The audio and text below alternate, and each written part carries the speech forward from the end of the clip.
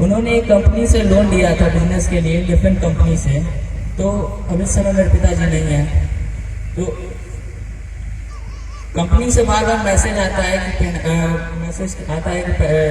Amount पे करने के लिए, और पेनाल्टी भी इस पर चार्ज होता है। बार बार मैसेज आता रहता है कंपनी से। मेरी माता जी के पास फ़ोन भी आता है, अभी इस बीच नहीं आ रहा है। तो आगे फ्यूचर में कोई दिक्कत ना हो, इसी समस्या के लिए हम सबसे रिक्वेस्ट करते हैं। देखिए, लोन वाले मसले पर तो आपको बहुत सिंपल सा फंडा है कि आपको एक बार इस रुपए वाले मसले को समझ लो अच्छे से, ताकि जब कोई आए तो उनसे बात करना आपको आ जाए।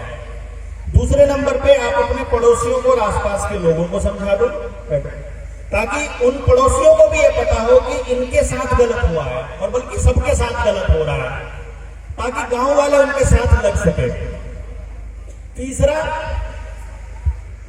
ये जो समस्या है ये केवल आपके साथ तो नहीं हो रही है, ये तो दुनिया के लगभग हर देश में हर कमेरे वर्ग के साथ हो रही है।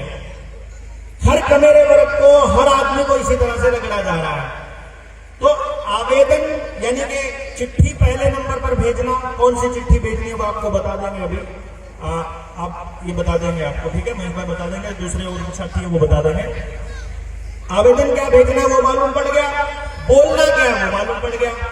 अब भैया देखो, कागज की लड़ाई तो कागज लड़ेगा, बातचीत की लड़ाई समझ लड़ेगी। अगर हमें बात समझ आए, अगर वो गुंडई पर उतर आए तो उनकी गुंडागर्दी की लड़ाई तो गांव को लड़नी पड़ेगी। क्यों जी? क्योंकि प्रशासन तो आपका साथ नहीं देगा, पुलिस तो आपका साथ नहीं देगी, आपका साथ एक दूसरे को ही देना पड़ेगा। तो फिर आप समझाने पर निकल जाइए, एक दूसरे को समझाने पर निकल जाइए कि भाई ये मसला छोटा नहीं है, ये मसला सिर्फ मेरा नहीं है, ये समस्या पूरे देश की है। तो इस देश की समस्या को तो देशवासियों को लड़ना पड़ेगा ना।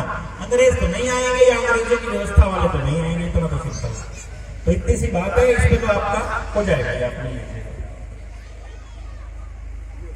रुपया है क्या, ये पूछा, रुपया है क्या?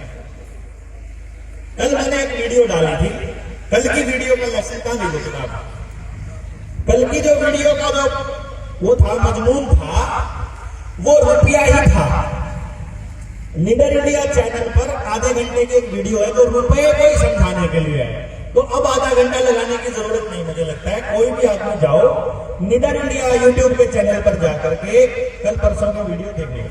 लेकिन फिर भी मैं इस किताब का हवाला देकर आपको बताता हूं कि रुपया क्या है।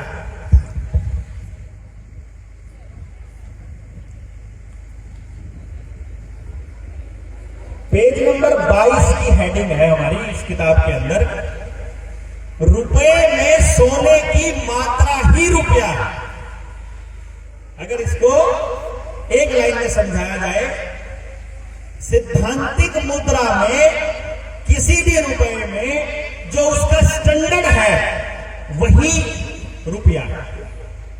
जैसे एक बट्टा किलो का है लोहे का, एक है सोने का, एक है चांदी का, तो कौन सा वाला बढ़िया तौलेगा?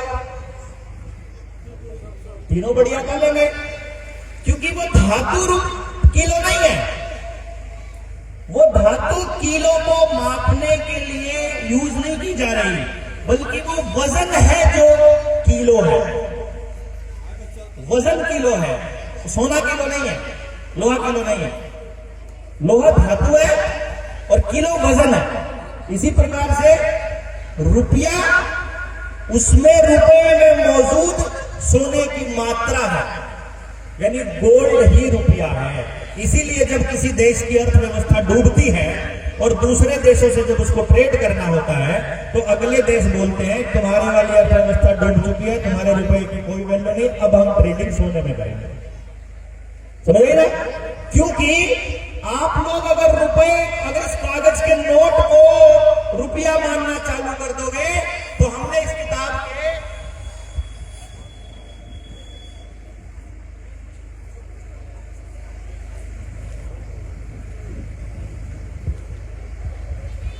पेज नंबर 316 पेज पे एक अखबार की कटिंग डाली हुई है।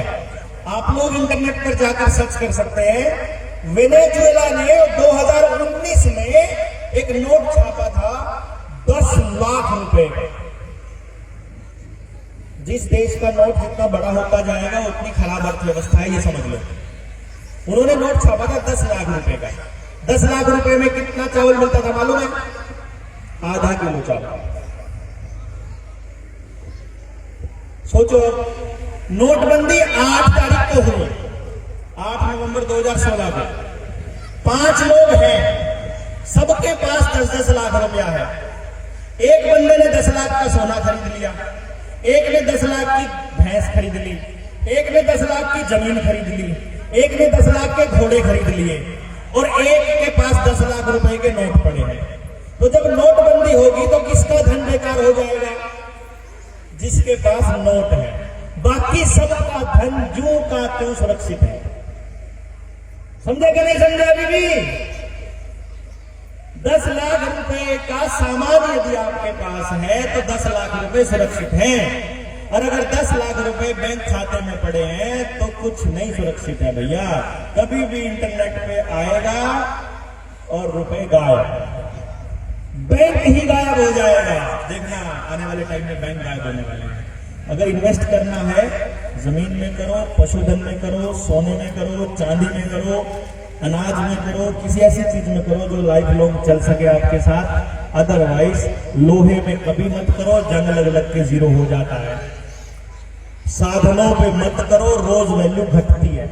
अगर एक छठा आदमी होता जिसने 10 लाख की कार खरीदी होती तो अगले ही दिन 10 लाख का 8 लाख रह जाती है अभी। और भैंस खरीदी होती तो 10 लाख की भैंस अगले दिन क्या पता 11 लाख में बिक जाए। जमीन खरीदी हो तो 10 लाख वाली भैंस अगले दिन 11 लाख की जमीन बिक जाए। समझे ना? तो आपका वो धन तो बढ़ सकता है। जैसे भैंस ज्यादा की क्यों बिकेगी? क्योंकि वो दूध दे रही है, और कल को ब्याएगी तो एक भैंस की 2 भैंस हो जाएंगी, या एक भैंस और एक जोटा हो जाएगा, एक गाय और एक बैल हो जाएगा, वो तो 2 हो जाएंगे ना। आदमी इसलिए खुद परिवार क्यों सुरक्षित है? क्योंकि परिवार बढ़ता है, वो बड़ा होता, ताकतवर होता है। और चीजें जो लेंगे, हम साधन लेंगे, अगर गाड़ी लेंगे, कार लेंगे, उनकी वैल्यू घटेगी। समझे कि नहीं समझे? तो रुपया क्या है ये समझ में आपको आ गया होगा। असली रुपया, असली धन वो धन है जो धन है।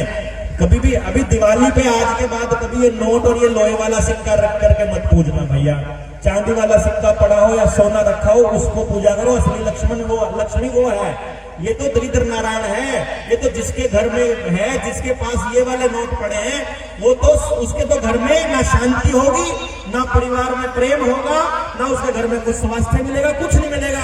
जिसके घर में ये नोट है ना बैंक वाले, उसका घर तो बर्बाद समझ लो।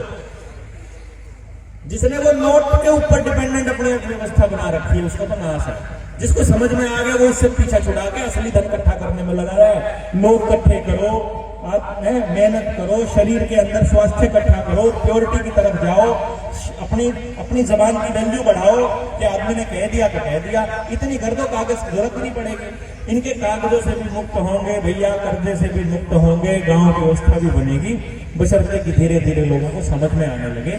और आएगा ऐसी मैं उम्मीद कर रहा हूँ। इसी उम्मीद के साथ आज की वार्ता यहीं समाप्त होती है।